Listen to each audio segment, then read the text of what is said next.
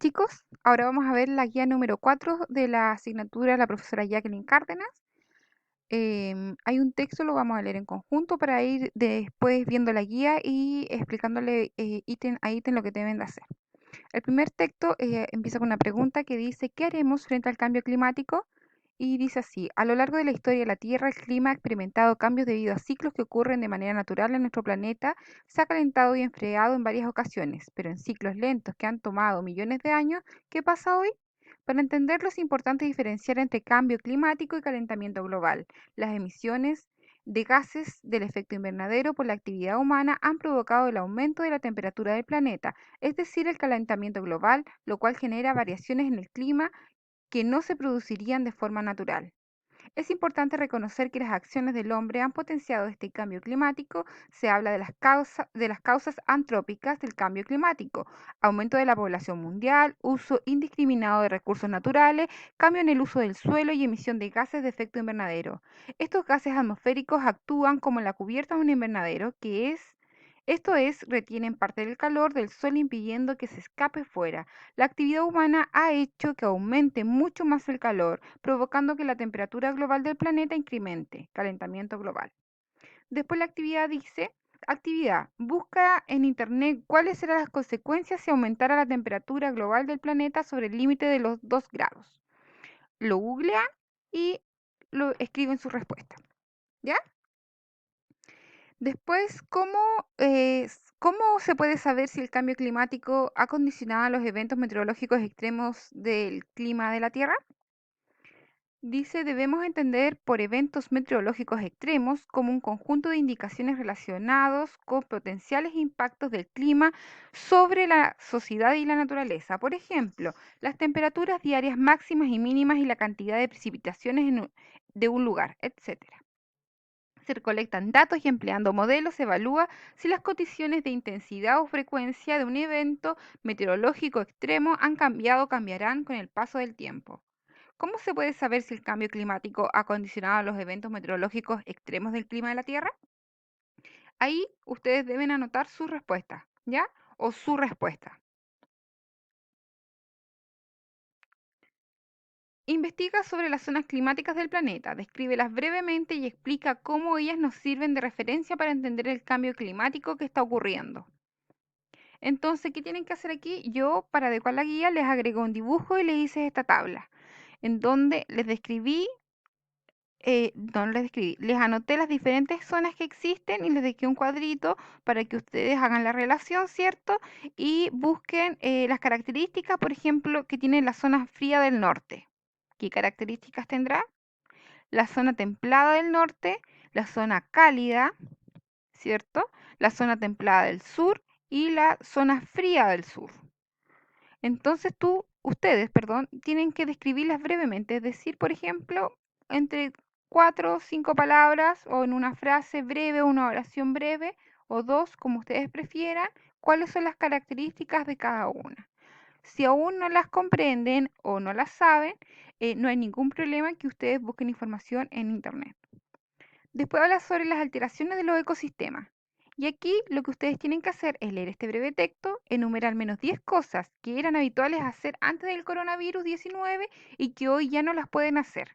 Esto no está literal en el texto, lo tienen que ustedes relacionar con su propia vida. Por ejemplo, antes del coronavirus, ustedes, ¿qué hacían? Iban al colegio, salían con amigos, salían a pasear a la playa, etcétera. Todas esas cosas que ustedes hacían antes del coronavirus, ustedes enumeran 10 que ustedes consideren las más importantes o las más significativas y las anotan al lado, ¿cierto?, de cada número. Después hablamos sobre la variación de los ecosistemas terrestres. Aquí habla, ¿cierto?, en la primera parte, habla sobre la variación en el patrón de las precipitaciones, cómo han cambiado estas, ¿cierto? Después te pide que busques información sobre cuáles serían las zonas del planeta de latitudes altas, medias y bajas, y puedes pegar un mapa del mundo donde se note cada una y cómo se diferencian. Yo aquí lo hice para ustedes, ¿cierto? Ahí está, me importaría que ustedes la vean, la lean y la analicen. Si lo pueden ver, se parece mucho a lo que está acá arriba, ¿ya? Y recuerden también lo que decía su guía número 1, ¿cierto? Sobre los rayos del sol, cómo afectaba a los climas, etcétera. Después de hablar sobre las variaciones en el patrón de las precipitaciones, habla sobre las perturbaciones en los suelos. Y aquí las describe. Después, variación en la composición de las comunidades vegetales. Aquí las describe. Variación en la composición de las comunidades vegetales. Otra vez, está repetido. Así que eso no lo lean, tienen algo menos que hacer.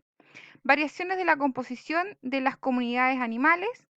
eh, y finalmente, al adelantarse los brotes foliares de algunas especies vegetales, desajustarían las relaciones tróficas. Y habla sobre las variaciones en los ecosistemas acuáticos. Describe un poco qué pasará. Y acá es lo que me importa explicarles un poco porque no voy a estar ahí para ustedes, que dice, busca algunas alteraciones que sufrirían los ecosistemas de Chile, tanto terrestres como acuáticos, dando ejemplos concretos. Pueden utilizar el informe, ¿cierto?, que está en la guía anterior, de biodiversidad, ¿cierto? No sé si se acuerdan, y colocan 3 alteraciones que serían importantes, ¿cierto?, en los ecosistemas de Chile, tanto terrestres como acuáticos. Pueden ser 2 terrestres, 1 acuático, 2 acuáticos, 1 terrestre. Ustedes deciden, pero lo importante es que hayan variaciones en el ecosistema terrestre y en el ecosistema acuático y por sobre todo chileno. ¿Ya? Contextualicen bien, no se olviden, no se vayan por las ramas y se vayan, por ejemplo, a otros países, ¿cierto? A otras partes del mundo. Enfóquese en lo terrestre chileno y lo acuático chileno. ¿Cuáles son las principales amenazas del cambio climático en tu localidad? Y por localidad se refiere a su ciudad y en este caso su ciudad de Valdivia, ¿ya? ¿Cuáles son las principales amenazas que tenemos aquí? Ahí apliquen un poco de sus conocimientos de turismo, ¿cierto? Recuerden que tenemos una ciudad, ¿cierto? Estamos en una zona rica en diversidad de flora, de fauna, paisajes, ¿cierto? Y el cambio climático, si nos afectara, nos podría no solamente acabar con todo esto, sino que afectar económicamente y afectar también nuestro estilo de vida. Después dice crear un glosario de 10 conceptos nuevos.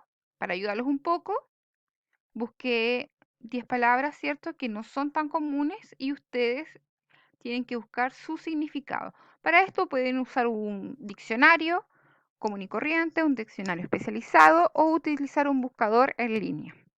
Una definición breve que sea clara, sobre todo para ustedes, más que copiada y pegada, ¿ya? Si ustedes entienden, dice, la biota, ya la sé, la anotan con sus propias palabras, no hay ningún problema. Lo importante es que quede claro también para ustedes más que para nosotros. Para terminar, dice, queremos conocer tu opinión. Desde que llegaste a tu primer año en SAT, o sea, hace 4 años atrás, o un poquito menos para algunos, ¿has notado cambios en el clima de Valdivia? Y yo ahí le puse un paréntesis que dice que se enfoquen en las precipitaciones, el calor, la lluvia, las estaciones del año, etcétera, ¿ya? El calentamiento global se ve y yo creo que ustedes tienen que ser conscientes de los efectos que tiene y para eso es importante que lean sus textos, ¿cierto? Y se informen. Cualquier duda que tengan extra sobre esta guía, la resolvemos en nuestra clase online, ya donde vamos a revisar y repasar los contenidos más a fondo. Saluditos.